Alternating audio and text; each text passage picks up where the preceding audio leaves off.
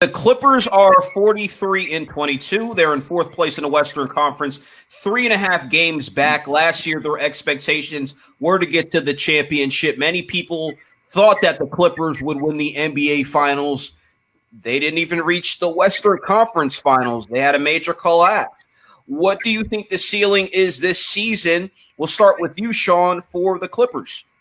Man, it's the same as last year, I think, man, and especially coming in with a new face in Tyronn Lue, and I'm saying at least at the Western Conference Finals or the Finals, they brought in Serge Ibaka. You still have Paul George, Kawhi Leonard. They having these guys, Patrick Beverly still, so they're getting a little bit more chemistry. You know what I mean? So for them, for the Clippers, it's kind of funny because they seem like an afterthought because of the Brooklyn Nets, assembled the whole Avengers basically on their roster with all the acquisitions that they had. So it's like, oh yeah, and then you automatically think of the Lakers, and it's like oh yeah, the Clippers. I forgot they kind of had a super team. So, but for the Clippers, I feel like having Kawhi Leonard and Paul George, it's still a good dynamic duo, And unfortunately, I feel like if they don't at least make it, if they're not competitive, and if they don't make it to the Western Conference, I think Kawhi is going to the ship is going to sink. Somebody's going to leave. You know what I mean? So I feel like at least for them, man, Western Conference Finals or Finals this year.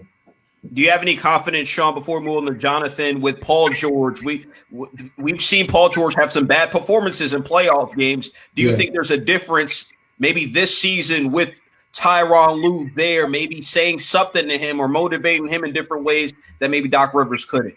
You know what? It's yet to be determined. I say that because on one end, we all know Paul George is possibly a top 10 talent, I should say. Probably not top 10 overall, but he's a top 10 talent. He can score, he can defend.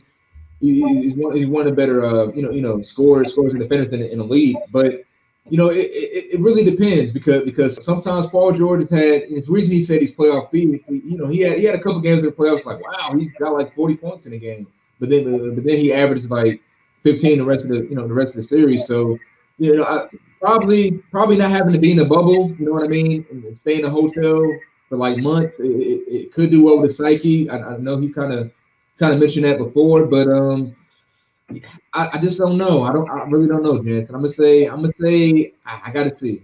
Okay, Jonathan, your thoughts on this Clippers team and their ceiling? I think this is a really tough conversation to have.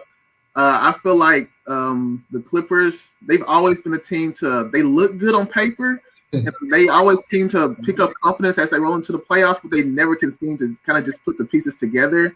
While saying that, though, I think the Clippers are still a title contender. And I say that because I think the West is really stacked this year.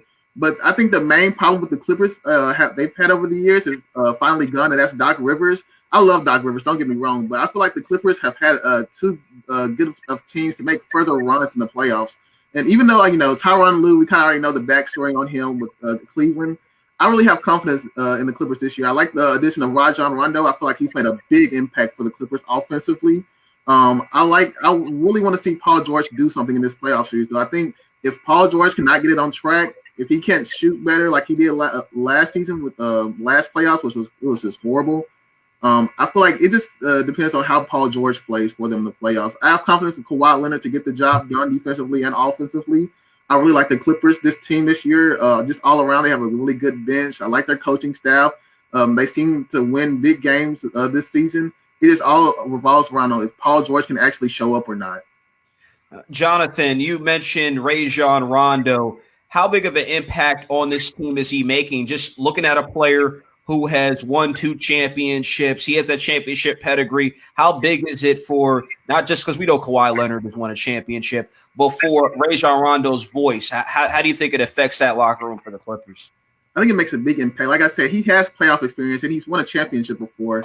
And I kind of say he's a veteran nowadays, so I think he can make a big impact. He's really good at facilitating the ball, so that's probably less minutes for Patrick Beverly. So I think that kind of improves them offensively. I like his mojo. I like what he does on and off the court. He just seems he can take a leadership role if he needs to.